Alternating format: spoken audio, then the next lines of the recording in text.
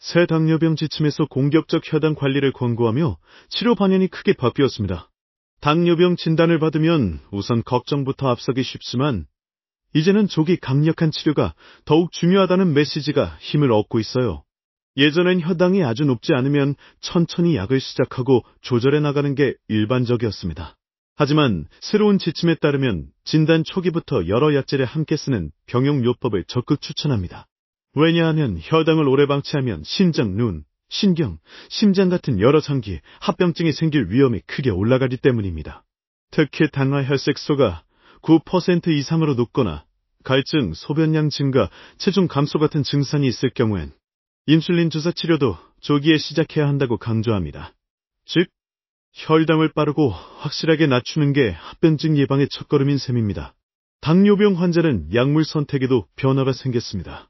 기존에는 가장 널리 쓰이는 메트포르민을 우선 투여하고 혈당 조절이 안 되면 약을 더 추가하는 반대적 접근법이었습니다. 하지만 최근에는 혈당 강화 효과가 뛰어나면서도 저혈당 위험이 적고 체중 증가를 유발하지 않는 신세대 약제들을 초기부터 함께 사용하는 걸 권고하고 있어요.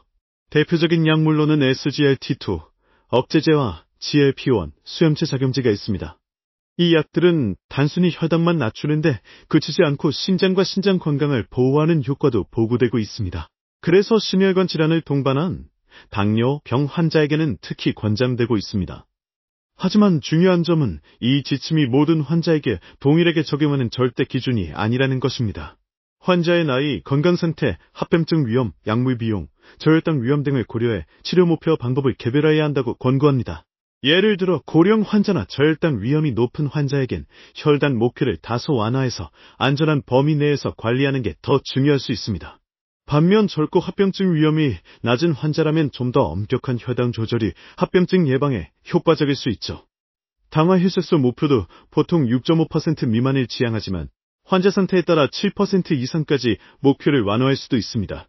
이처럼 치료 목표 설정의 유연성이 이번 지침의 큰 특징 중 하나입니다. 또한 약물 치료뿐 아니라 식사, 운동, 생활습관 개선도 병행해야 하는 점은 당연히 강조됩니다. 건강한 식습관과 규칙적인 운동은 혈당 조절에 직접적인 도움을 줄 뿐 아니라 약물 효과도 극대화합니다. 예를 들어 식사에서 탄수화물 섭취를 줄이고 가공식품 대신 자연식 위주로 바꾸는 것만으로도 혈당이 눈에 띄게 안정될 수 있습니다.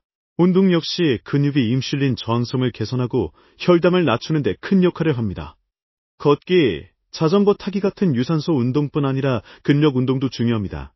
당뇨병은 평생 관리가 필요한 만성질환입니다. 초기부터 공격적인 혈당 관리를 하면 합병증 발생 위험을 현저히 낮출 수 있습니다.